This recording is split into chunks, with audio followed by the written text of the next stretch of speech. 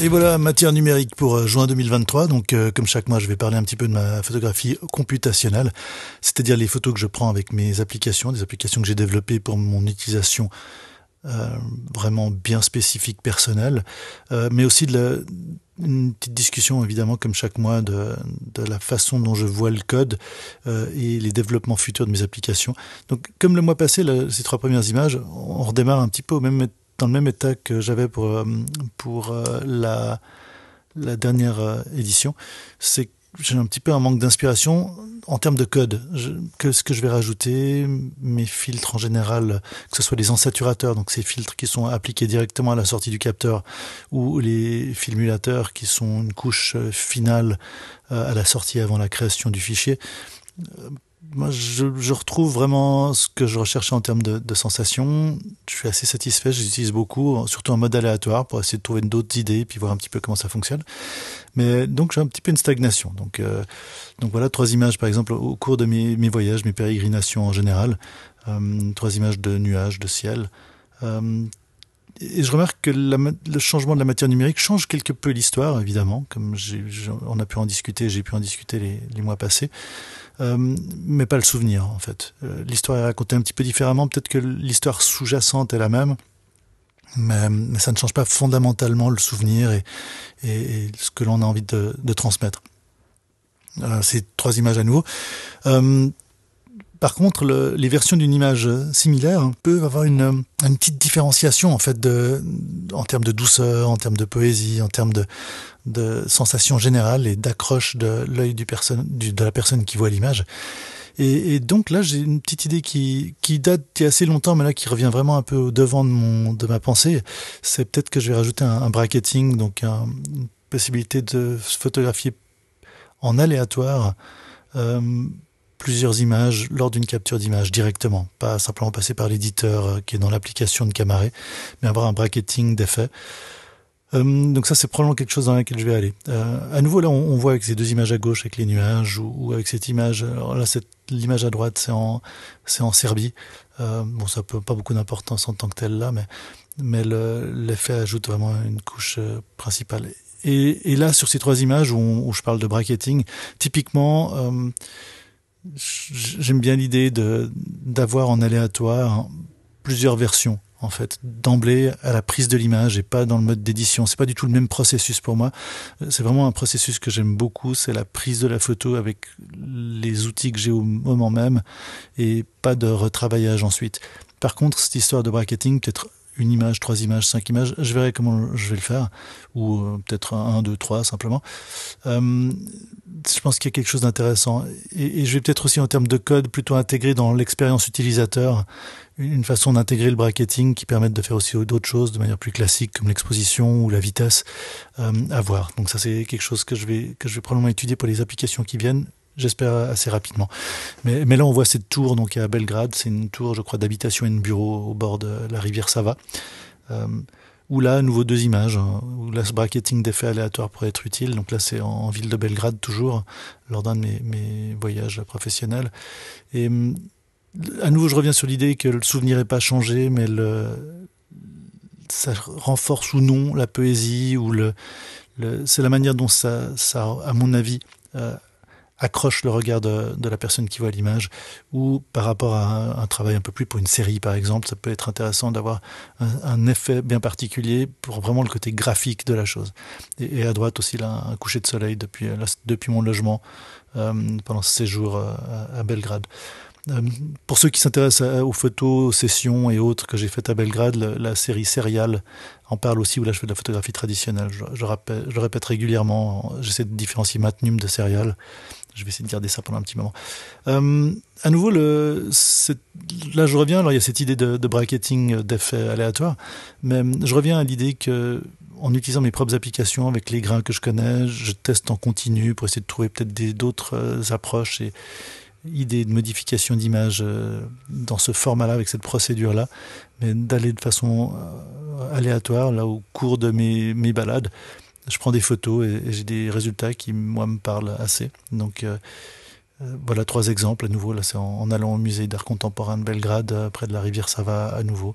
Il y a des grands parcs, une ville très très très très verte en fait, Belgrade. Pas que verte, hein, il y a aussi ce côté un peu ex pays de l'Est, mais une très très belle ville. Les gens sont très sympas. Et voilà, là à gauche une image de. Alors là, c'est du Danube, c'est une des branches du Danube avec une île là, que l'on voit en face, vue depuis la confluence entre la rivière Sava et le Danube. Ou voilà, une photo de la nouvelle Belgrade, qui est sur la banque bâbord de la rivière Sava. Je pense ouest, je suis pas très bon en repérage géographique, mais vraiment. Donc c'est une nouvelle bâtisse, nouvelle, des années, il y a peut-être 40-50 ans. Mais ou bien la photo à droite là qui m'a fait penser un petit peu au film le Lauréat, avec ces touristes qui regardent cette jambe nue d'une jeune femme qui était assise. Ça m'a vraiment rappelé cette image du Lauréat où la jambe est tendue, mais là, enfin bon, qu'importe. Un film de 1967 avec Dustin Hoffman, John. Enfin, ouais. Toujours cette utilisation de filtres aléatoires, donc ces filtres de mes applications nouveau Camaré, là c'est Camaré principalement. Je trouve que c'est un moyen pour moi en tout cas de faire des photos souvenirs de lieux qui sont assez banals, avec des textures et des rendus qui sont un petit peu. À nouveau, comme je le dis, pour moi, ça me rapproche de l'utilisation de certains types de films ou des films expirés. C'est un peu ça aussi, mais avec la nature du numérique en fait. Donc là, oui, des captures de Belgrade à nouveau. Ou là, retour alors à gauche, toujours l'aéroport de Belgrade avec cet avion en fait au fond qu'on voit pas très bien avec ce filtre. Alors, mais j'aimais bien ce rendu, j'aime bien les aéroports en général. Ou en Suisse, là, donc à Genève, un côté un peu plus gris en fait, des captures dans la ville. Donc à nouveau dans mon aléatoire, en fait, je crois que mon choix, à nouveau, ça revient au niveau du photographe de faire un choix. Et donc là, mon choix, reflète quand même un petit peu aussi l'état d'esprit, là où j'en suis. Et donc là, on est des photos un peu plus sombres, simplement parce que c'était comme ça, hein, sans exacerbation de la sensation. Mais des photos correspondaient assez bien à mon environnement, que ce soit cette terrasse de bistrot ou ce feu lors d'un barbecue. Ou au centre, une photo au milieu de nulle part, je sais pas trop où je l'ai prise d'ailleurs. Ou bien sur ces 3 prochains clichés, là, ce côté un peu serré. Moi, quand je suis un peu dans ces humeurs-là, j'aime bien serrer mes photos, j'aime bien le téléobjectif pour ça. Sur les téléphones, voilà, c'est un iPhone 12 Pro Max qui a je crois, un équivalent 80 mm ou 90 mm. Je trouve que ça tape assez bien ce genre d'optique. Ou alors là, avec l'équivalent 28 au centre, ou à nouveau au télé. Ces petits détails qui donne des ambiances, avec du graphisme, mais qui, moi, me parlent assez, qui donnent pour des images qui correspondent assez à mon historique du moment et à ce que j'ai envie de partager. Ou là aussi des moments, en fait, un DJ seul, super DJ d'ailleurs, mais tout seul dans une boîte, là c'était au Canal 54, et ma tête à droite aussi. Je trouvais marrant, là, on a vraiment une exacerbation de la matière numérique, du bruit, là on est un peu aux limites du capteur, surtout le capteur qui fait face à l'utilisateur sur le téléphone. Ou à nouveau, là, alors, des basses lumières, donc des longues expositions. Là, j'en reviens à l'idée du bracketing de filtres aléatoires. Ça, c'est vraiment quelque chose, je crois, que je vais vraiment appliquer dans le futur pour les applications. Je trouve marrant.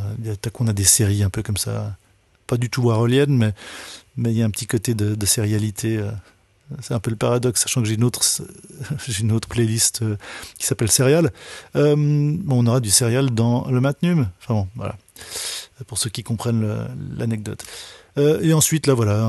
Aussi, je trouve que là, en ce moment, ma matière numérique, c'est plus une manière de tenir un journal, en fait, du quotidien qui passe. Et je fais des choix en fonction des effets qui m'évoquent quelque chose, là. Donc, des forêts en fait en bord de la région lémanique ou simplement un papillon. Voilà, c'est marrant l'image de droite dans mon filtre aléatoire. Il y a un des modules, un ensaturateur sur lequel je suis en train d'essayer de développer quelque chose où je me suis arrêté en fait parce que ça allait nulle part. Mais en fait c'est un ensaturateur en développement précoce et il s'est retrouvé dans mon aléatoire et je trouvais marrant le rendu. Je sais parce qu'il y a encore un problème d'effet de bord autour de l'image. qui était lié à ça. C'est comme ça que je le reconnais, celui-là, parce qu'il n'est pas du tout formé. Mais je trouvais amusant avec ce petit papillon de nuit. Et encore là, 3 petites images à nouveau dans le contexte de ma documentation, de mon journal quotidien. Je pense que la matière numérique et mes applications fonctionnent assez bien pour moi, mon ressenti et ce que j'ai envie d'exprimer. Voilà. Donc, n'hésitez pas à poster des commentaires, à me poser des questions, notamment sur la façon dont je développe ces choses-là, ou si vous avez des idées en fait de développement. Voilà. Ne pas hésiter et à la prochaine.